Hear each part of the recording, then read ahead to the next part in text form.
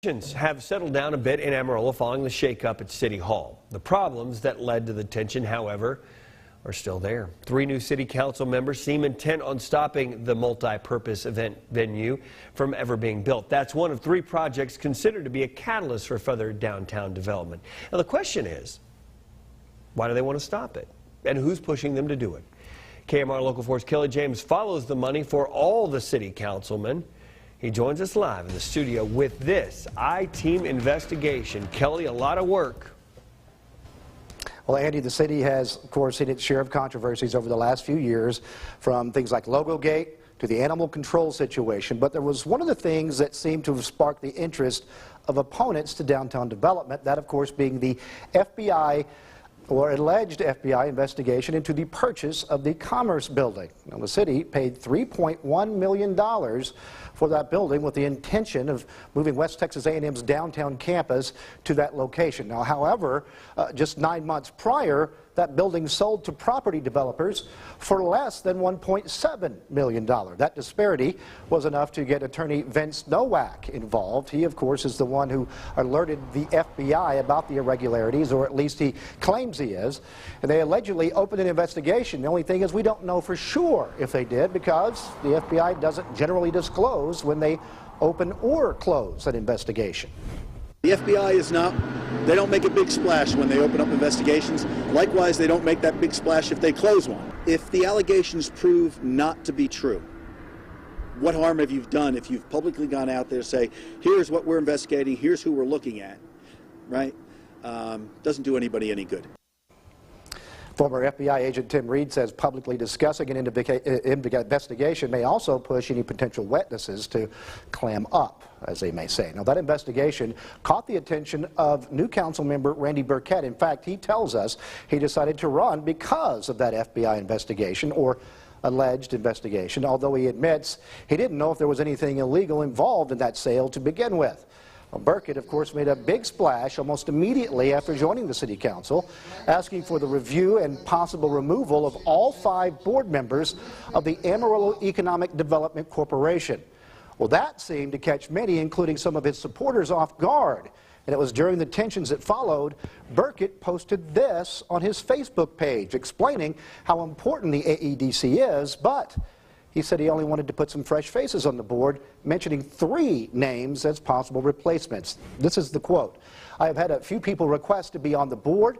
Don Powell, Jerry Hodge want on," end quote. He also mentioned another businessman in town, Vance Reed, all of them prominent within the community. Now, Reed owns the Coors distributorship, Powell, the former FDIC chairman for the entire country, and Jerry Hodge, of course, a former mayor who also lost in a bid for re-election 10 years ago. Now, when Burkett said that all 3 had asked to be on the board, that got the I-Team to look a little closer at campaign contributions that were made by those 3, and sure enough, all 3 donated. Now, we also looked at donations made by current members of the AEDC board, and of the proposed replacements, only Don Powell and Jerry Hodge gave to all 3 new councilmen. That's Elisha Demerson, Randy Burkett, and Mark Nair. Now, that in itself is not illegal, unless there is some quid pro quo. And right now there is no evidence of that at all. In all, Powell and his wife donated $2,100 to the 3 campaigns. Jerry Hodge, his wife, as well as his daughter, Sonny Hodge Campbell, contributed $6,750 total to the 3 campaigns, though Hodge Campbell did not put any money toward the Demerson campaign. As for Burkett and Nair, they too received contributions from at least one of the possible replacements, that being Vance Reed, but Reed also gave $500 to Mayor Harpole's campaign. So now, let's look at the incumbent councilmen and where they were getting their donations in relation to the AEDC. 4 of the 5 current board members or their spouses donated either to Harpole or Councilman Brian Eads, Brian Bruckner, Roy Barra, Ginger Nelson's husband Kevin, and Tom Bivens, all combined to give the pair $700. Now, there's something else to add into this mix. Sonny Hodge Campbell spent her own money doing 2 polls prior to the previous city council campaign. Now, she wouldn't disclose how much it cost, but did say it was done by a professional firm. And let me tell you, those do not come cheap, often costing thousands or tens of thousands of dollars in some cases. But again, she wouldn't say how much it cost. She says she commissioned those polls to find out what the concerns of the people are. for the city. And the first poll, taken in January, looked at a variety of things, including the vulnerability of incumbent members of the city council. Hodge Campbell says the findings showed all 5 seats were vulnerable at the ballot box. Now, Hodge Campbell was out of town and not available for an on-camera interview, but did tell us over the phone she did not share that information with any of the candidates, including the ones she supported. If she had, those candidates would, of course, had to have reported that as a campaign contribution, which none of them did.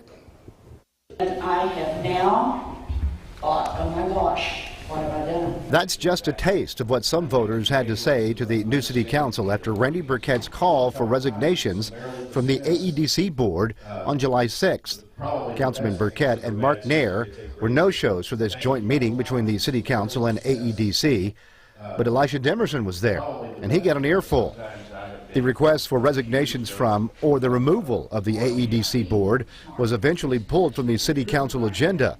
But Demerson says he would like some diversity. There have been some successes, and for that, the city is profoundly grateful. I think that the AEDC, of course, most notably is responsible for a Bell helicopter. But more recently, there have been issues that have come about that have called into question some of the workings of the AEDC board. In particular, the FBI investigation into the purchase of the Commerce building. But an investigation does not mean there's been any wrongdoing. Neither does rumor or innuendo, which brings us back to campaign contributions. We are not allowed to, by law and by an oath that we took, to give any favors back or any appointments or any positions for any contributions made to us. Mayor Paul Harpole has been beaten up by some of his opponents for accepting contributions from people who are involved in downtown development. That's not illegal. Giving favors in return, though, is. Did you accept any favors? Absolutely never have, never would, wouldn't. It would be ethically wrong, and it's just not something that I would ever do. Demerson was hit with similar accusations during the campaign, especially when he reported taking out a $20,000 loan to win a seat on a city council that pays only $10 a week. There are widespread rumors about who helped him with that loan. If I need to be transparent about it, I made the loan. Right. That's what I can tell you. But Mr. Hodge is in no way connected to that loan as a co-signer or anything. I don't believe that to be accurate. If someone said that Jerry Hodge made a $20,000 loan for me, that is not accurate. I assume that his only involvement is that he wants Amarillo to succeed. Now, I did talk with the other councilmen. They also said they did not get a look at that poll or any of the polls done by Ms. Hodge Campbell. Now, Mr. Burkett declined an on-camera interview, but did say pretty much the same thing as Mr. Demerson. Jerry Hodge in no way connected to his campaign other than the donations. But here's something else you need to look at as this scenario plays out. We've already mentioned Jerry Hodge's financial support for the candidates. He and his family, of course, gave a lot. Nothing illegal about that. Attorney Vince Nowak also donating to the new council members to the tune of $1,250. You may remember he's the one who actually called the FBI about the Commerce building and whether or not there is or is not an investigation going on, because, again, they will not confirm that. In fact, Nowak is the one who told everyone he called about that investigation. So what's the significance of these two men?